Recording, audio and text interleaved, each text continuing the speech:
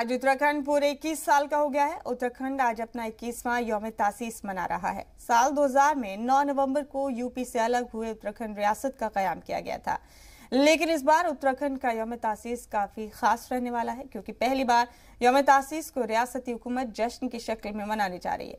वहीं जश्न की तैयारियों में जुटे सीएम धामी का कहना है कि इन 21 सालों में रियासत ने कई इलाकों में कई शोबों में तरक्की की। अटल जी ने रियासत को बनाया, मोदी जी की क़यादत में रियासत तरक्की की नई बुलंदियों को छू रहा है।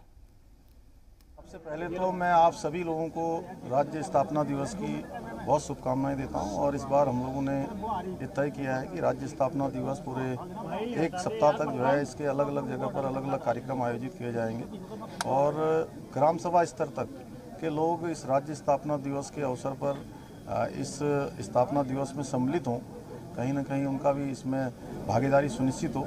इसके लिए हमने सब प्रयास किए और साथ में हमने उत्तराखंड गौरव ऐसा करके एक नाम से 5 जो विशिष्ट क्षेत्रों में जो काम करने वाले लोग हैं, जिन्होंने अपनी उत्कृष्ट कार्य किए हैं, उन सभी को हम सम्मानित करने का इस वर्ष से उसका एक नया काम शुरू कर रहे हैं। आज उत्तराखंड को 21 साल पूरे हो गए और सरकार इसको लेकर पहली बार शानदार जश्न का इनेकाद कर रही है। वहीं हिज़्ब इख्तिलाफ ने इस पर सियासी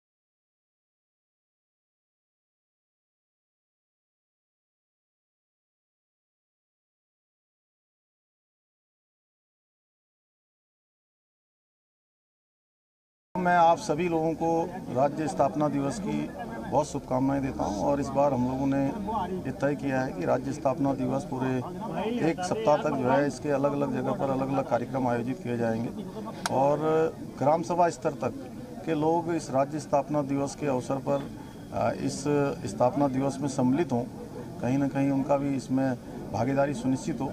इसके लिए हमने सब प्रयास किए और साथ में हमने उत्तराखंड गौरव ऐसा करके एक नाम से 5 जो विशिष्ट क्षेत्रों में जो काम करने वाले लोग हैं, जिन्होंने अपनी उत्कृष्ट कार्य किए हैं, उन सभी को हम सम्मानित करने का इस वर्ष से उसका एक नया काम शुरू कर रहे हैं। वाज़ेह रहे कि वज़ीर आला धामी ऐसे वक्त में सीएम बने जब उनके पास काम करने के लिए चंद ही माह बाकी हैं। ये पूछने पर कि 50 ओवर की सियासी क्रिकेट मैच में 40 ओवर तो उनके मुआविन खेल गए, अब बाकी 10 ओवर उन्हें खेलने हैं। वो किस तरह से इस प्रेशर को मैनेज कर रहे हैं। धामी ने T20 मैच की तर्ज पर अपनी टीम को इंतखाब में जिताने के लिए धुआंधार बल्लेबाजी कर रहे हैं। ये बात वज़ीर आला धामी ने खुद वाज़ेह की कि 103 दिन के मुद्दत-ए-कार में उन्होंने रियासत की बेहतरी के लिए 330 से ज्यादा फैसले लिए हैं और उत्तराखंड को मुल्क की नंबर 1 रियासत बनाना उनकी तरजीह है।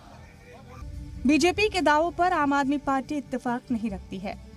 आम आदमी पार्टी के मुताबिक उत्तराखंड आज तक तरक्की से महरूम है, लिहाजा आम आदमी पार्टी ने उत्तराखंड के यौम तासीस के मौके पर रियासत भर में मुजाहरा करने का ऐलान किया है और 21वें यौम तासीस से पहले सरकार से 21 सवाल पूछे हैं। मसूरी झूलाघर स्थित शहीद स्थल पर जाकर राज्य के शहीदों को अपनी श्रद्धांजलि अर्पित करेंगे। उनके प्रति आम आदमी पार्टी अपनी कृतज्ञता व्यक्त करेगी।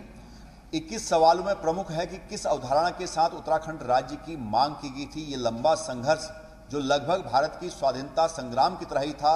42 शहादतें इसमें हुई, कई आंदोलनकारी इसमें घायल हुए, वर्षों तक जेल में पड़े रहे और एक लंबा संघर्ष कई वर्षों का, कई दशकों का ये चला। उसके फलस्वरूप हमें उत्तराखंड मिला। वहीं उत्तराखंड के जश्न को लेकर आम आदमी पार्टी के CM face colonel Ajay Kothiyal ने ये कहकर भी सियासत खड़ी कर दी कि उन्हें इस जश्न के लिए मदऊ नहीं किया गया है, सरकार इसमें सियासत कर रही है। हर बार जब ये यही उत्सव होता है लंबे दिनों का, तो अजय कोठियाल का भी ना एक बड़ा रोल होता है। कभी यूथ फाउंडेशन के बच्चे वहाँ पे डेमोन्स्ट्रेशन देते हैं, कभी वहाँ पे जब निर्मला सीतारमन जी आती हैं तो अजय कोठियाल की गाथाएं गाती हैं। अब क्योंकि अजय कोठियाल को वो देख रहे हैं एक राइवलरी, तो ऐसे फंक्शनों में ना राइवलरी नहीं देखनी चाहिए, ऐसे में होना चाहिए आपस में डिस्कशन। और हमारे भी कुछ एक्सपीरियंस हैं, बड़े स्ट्रॉन्ग एक्सपीरियंस हैं, उन एक्सपीरियंस को लेकर के सरकार को अच्छा करना चाहिए।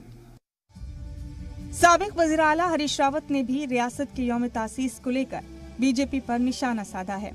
हरीश रावत ने प्रेस कॉन्फ्रेंस कर सरकार पर कई हमले किए और कहा कि 10 नवंबर को हल्द्वानी में पार्टी का विजय संकल्प शंखनाद प्रोग्राम मुनक्किद होना था, लेकिन ठीक उसी दिन बीजेपी ने भी हल्द्वानी में ही सीएम का प्रोग्राम तय कर दिया।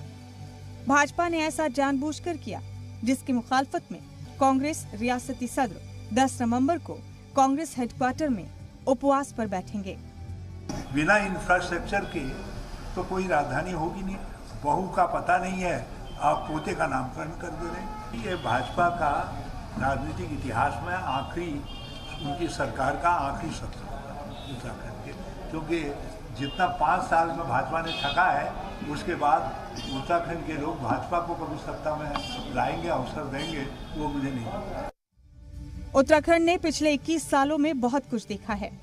सरकार भी इंतखाब से पहले उत्तराखंड के जश्न को शानदार बना रही है, तो हिज़्ब इख्तिलाफ इसे सियासी नजरों से देख रहा है। ब्यूरो रिपोर्ट, जी मीडिया।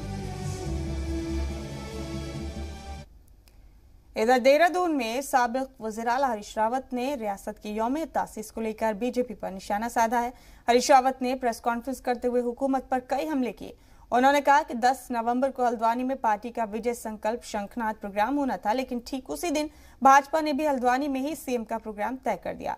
भाजपा ने ऐसा जानबूझकर किया, जिसके खिलाफ कांग्रेस रियासती सदर 10 नवंबर को कांग्रेस दफ्तर में उपवास पर बैठेंगे। इस वजह से कांग्रेस अब अपना प्रोग्राम 11 नवंबर को करेगी।